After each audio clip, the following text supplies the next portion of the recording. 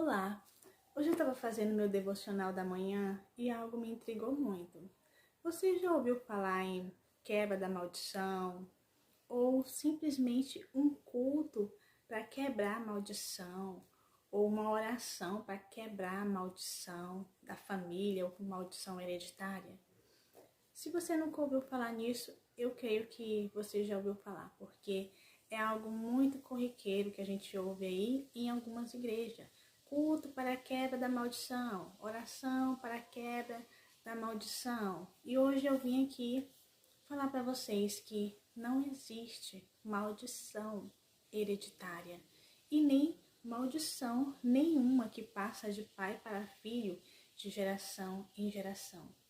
Eu vou provar isso com a Bíblia, que é a palavra de Deus. Vamos ler o que está escrito lá em Ezequiel, capítulo 18. Acompanhe comigo a partir do verso 1. Esta palavra do Senhor veio a mim. O que vocês querem dizer quando citam este provérbio sobre Israel? Os pais comem uvas verdes e os dentes dos filhos se embotam?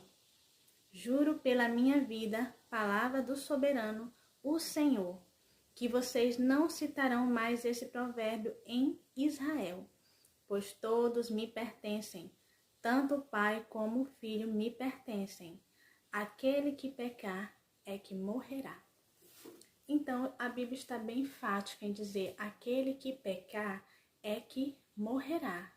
Não existe maldição sobre filhos por causa dos pecados dos pais.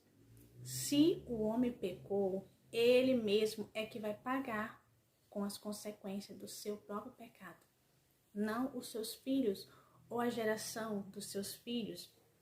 Isso é o quê?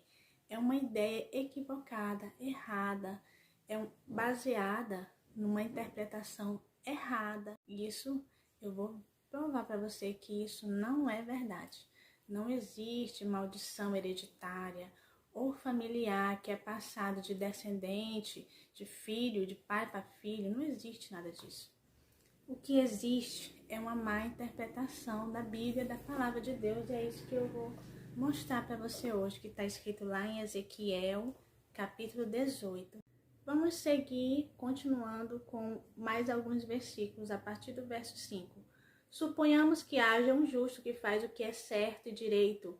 Ele não come nos santuários que há nos montes, nem olha para os ídolos da nação de Israel. Ele não contamina a mulher do próximo, nem se deita com uma mulher durante o dia de sua menstruação. Ele não oprime ninguém, antes devolve o que tomou como garantia no empréstimo, não comete roubos, antes dá a sua comida aos famintos e fornece roupas para os despidos. Ele não empresta visando algum lucro, nem cobra juros, ele retém a sua mão para não cometer erro e julga com justiça entre dois homens. Ele age segundo os meus decretos e obedece fielmente às minhas leis. Esse homem é justo, com certeza ele viverá. Palavra do soberano, o Senhor. Versículo 10. Suponhamos que ele tenha um filho violento, que derrame sangue ou faz qualquer uma dessas outras coisas, embora o pai não tenha feito nenhuma delas. Ele come nos santuários que há nos montes, contamina a mulher do próximo, oprime os pobres e os necessitados, comete roubos, não devolve o que tomou como garantia, volta-se para os ídolos e comete práticas detestáveis. Empresta visando algum lucro e cobra juros. Deverá viver um homem desses? Não. Por todas essas práticas detestáveis, com certeza será morto, e ele será responsável por sua própria morte. Continuando, mas suponhamos que esse filho tenha ele mesmo um filho que vê todos os pecados que seu pai comete, e embora os veja, não os comete. Ele não come nos santuários que há nos montes, nem olha para os ídolos da nação de Israel, não contamina a mulher do próximo, não oprime ninguém, nem exige garantia para um empréstimo, não comete roubos, mas dá a sua comida aos famintos e fornece roupas aos despidos. Ele retém a mão para não pecar e não empresta visando algum lucro, nem cobra juros. Obedece às minhas leis e age segundo os meus decretos. Ele não morrerá por causa da iniquidade do seu pai. Certamente viverá, mas seu pai morrerá por causa de sua própria iniquidade. pois praticou extorsão, roubou seu compatriota e fez o que era errado no meio de seu povo. Então aqui a gente vê muito bem que ele não morrerá por causa dos pecados de seu pai. A iniquidade do seu pai não recairá sobre ele. Ele não irá pagar pelos pecados do seu pai. Então, da mesma maneira somos nós. Não existe maldição na família, como alguns dizem, né, que há maldição na família, que por isso que você está dessa maneira, porque a sua família, os seus antepassados já têm esse histórico. Isso não existe. A Bíblia está dizendo, não existe isso. Cada um vai pagar pelos seus pecados, pelos seus atos.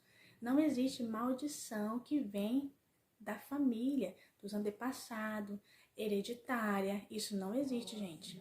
Vamos, a partir de hoje, acreditar nisso, porque é a palavra de Deus que está dizendo. Eu gostaria de ler mais uma passagem que está lá em Deuteronômio 24:16, que diz assim: os pais não serão mortos em lugar dos filhos, nem os filhos em lugar dos pais. Cada um morrerá pelo seu próprio pecado. Então, aqui em Deuteronômio 24:16 afirma: não morrerá, ninguém vai pagar pelos pecados dos seus pais, nem os pais pelos pecados dos filhos. Cada um pagará, cada um dará conta de seus próprios pecados. Cada um vai responder pelos seus próprios atos, pelos seus próprios caminhos. Cada um responderá. Então, o homem, ele é responsável por sua própria morte, se ele escolher o caminho do mal.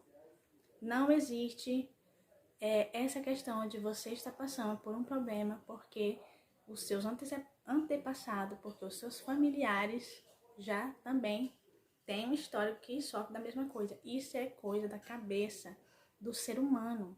Isso é misticismo. Isso é ideia errônea. Nós temos que tirar isso da nossa mente, porque isso não existe. Você tem que tirar isso da sua mente. Você não está passando por um problema porque o seu pai, os seus avós, eles já também passaram pela mesma coisa e você está confinado a passar por isso também. Não existe isso.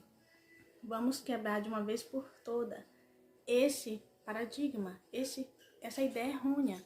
Essa ideia errônea, como eu disse, ela é baseada numa interpretação errada que está lá em Êxodo 25 ou Números 14:18. Os profetas, né, eles rejeitam essa forma de pensar, que pode ter sido baseada nessa ideia errônea da interpretação de Êxodo 20. Então, fique tranquilo, na sua família não existe maldição. Você não precisa estar correndo atrás de culto, de oração para quebrar a maldição, que isso não existe. A palavra de Deus foi bem clara. Vou continuar aqui, ó. Se, porém, um justo se desviar de sua justiça e cometer pecado, e as mesmas práticas detestáveis dos ímpios, deverá ele viver? Nenhum de seus atos justos será lembrado. Por causa da infidelidade que é culpado e por causa dos pecados que cometeu, ele morrerá. Isso é para o justo que se desvia dos seus caminhos. Ele vai pagar pelos seus pecados. E também, outra coisa. Se um ímpio se desviar de todos os pecados que cometeu e obedecer a todos os meus decretos e fizer o que é justo, direito, com certeza viverá, não morrerá. Não se terá lembrança de nenhuma das ofensas que cometeu. Devido às coisas justas que tiver feito, ele viverá. Então é isso, gente. Creio na palavra de Deus, que está revelando para você que você não precisa se preocupar. Você vai dar conta apenas dos seus pecados. O que veio, o que aconteceu com seus pais, com a sua família no passado, não tem nenhuma relação com a sua vida hoje. Você vai pagar apenas pelos seus pecados e os seus familiares pelos pecados deles. Deus está dizendo hoje, não existe maldição que vem de descendência, de família, de hereditariedade. Não existe. Existe o quê? Cada um vai pagar pelos seus pecados. A palavra de Deus diz, e vou repetir mais uma vez, os pais não serão mortos em lugar dos filhos, nem os filhos em lugar dos pais. Cada um morrerá pelo seu próprio pecado. Então, é isso. Não se engane. Não se engane com o que as pessoas dizem por aí. Creia na palavra de Deus e nela somente. E até a próxima.